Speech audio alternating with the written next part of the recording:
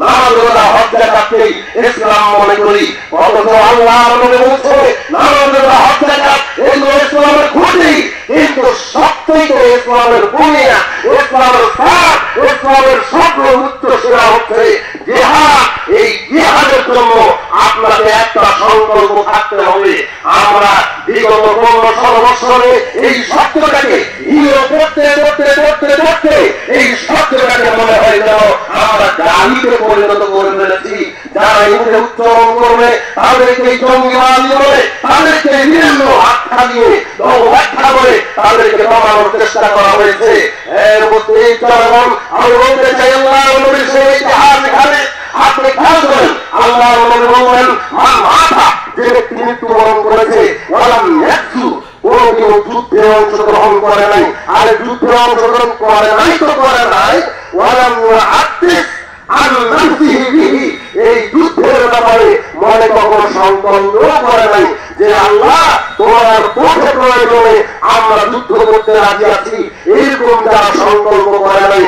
আল্লাহর নবী মুহাম্মদ রাসূলুল্লাহ সাল্লাল্লাহু আলাইহি ওয়াসাল্লাম বলে চলে রাখো মাতা আলা নিফাকিন, এই ব্যক্তি মুনাফিক হয়ে মৃত্যুবরণ করবে।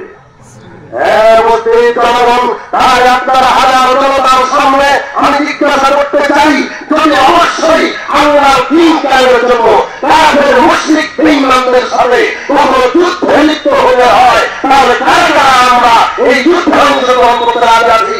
আল্লাহ যদি হাত তুলে দেখি। আল্লাহ তুমি বড় শক্তিবান, তুমি বড় ক্ষমতাবান, আল্লাহ তুমি আমাদের কবুল করে নাও, আল্লাহুম্মা আমিন। সম্মানিত উপস্থিতি, সেই দিন আর বেশি দিন নয়, আমরা হয়তো আর সামনে কিছুদিনের ভিতরেই এই দিকে মানুষ অগ্রসর হয়ে যাবে। সারা পৃথিবীতে মুসলিমকে নিয়ে ষড়যন্ত্র করছে, ষড়যন্ত্রের পায়তারা করছে, আর বিশ্বরা আসলে তাদেরকে পায়তারা তাদের সায় দিয়ে চলছে। আমরা বলতে চাই আজকের এই ঈদ উল আজহার মাঠ থেকে ঘোষণা করতে চাই, আমরা কখনো ইমান থেকে পিছপা হয়ে যাব না, ইমান থেকে এক পা করবো না। আল্লাহ তাআলা আমাদেরকে সাহায্য করবে। দেখতে হবে না আমাদের জনমন্তব্য আছে, দেখতে হবে না আমাদের অস্ত্র আছে কিনা, দেখতে হবে না আমাদের জনসংখ্যা কত আছে, এটা দেখার কোনো সুযোগ নেই।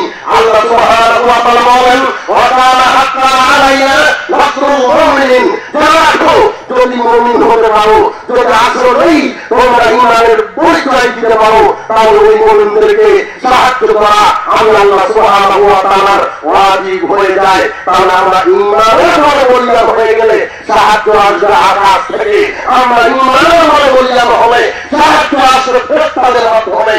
আমরা যদি ঈমানের বলে বলিয়া হতে পারি, আল্লাহ নতুন সেনাবাহিনী পাঠিয়ে আমাদেরকে সাহায্য সহযোগিতা করবেন। কাজে আমি আপনাদেরকে বলতে চাই, অন্তত সালাত সিয়াম হজ যাকাতের পাশাপাশি আপনাকে অবশ্যই দৃঢ় সংকল্প থাকতে হবে। এই জমিনে আল্লাহর জমিনে আল্লাহর দ্বীন কায়েমের লক্ষ্যে আমাদের সর্বাত্মক প্রচেষ্টা চালাতে হবে। তাই বলে আপনাদেরকে বলছি না যেখানে যাকে পাবেন মেরে ফেলবেন, এমনটা নয়। আপনাকে সুদৃঢ় একটা সংকল্প থাকতে হবে, ইসলামিক ভাবে যদি কখনো ডাক চলে আসে আমাদের সকলকেই অংশগ্রহণ করতে হবে। আর ওই যুদ্ধে যারাই অংশগ্রহণ করবে, আল্লাহর নবী মুহাম্মদ রাসূলুল্লাহ সাল্লাল্লাহু আলাইহি ওয়াসাল্লাম বলেন আল্লাহ তাআলা তাদের সব গুনাহ মাফ করে দিয়ে তাদের জান্নাতের ব্যবস্থা করে দিবেন। আমাদের লক্ষ্য উদ্দেশ্য একটাই, আমরা আমাদের বাপের ভিটা অর্থাৎ আদম আলাইহিস সালামের সেই বসত ভিটা জান্নাত, এই জান্নাতে ফিরে যেতে চাই। অবশ্যই আমাদেরকে এই দিকে খেয়াল করতে হবে। আর একটা কথা শুধু আপনাকে স্মরণ করাই, দেখেন সেই সময়ের সাহাবীরা, সেই সময়ের লোকেরা শুধুমাত্র এইভাবে আপনাদেরকে সালাত সিয়ামের মধ্যে সীমাবদ্ধ ছিল না, তারা দেখিয়ে দিয়েছে, তারা পড়িয়ে, তারা আমলে পরিণত করে দেখিয়ে দিয়েছে যে আসলে আমরা কি করতে পারবো, যে কোনো মুহূর্তে আল্লাহর ডাকে সাড়া দিয়ে আমরা আল্লাহর রাহে নিজের জীবনটাকে উৎসর্গ করতে পারবো।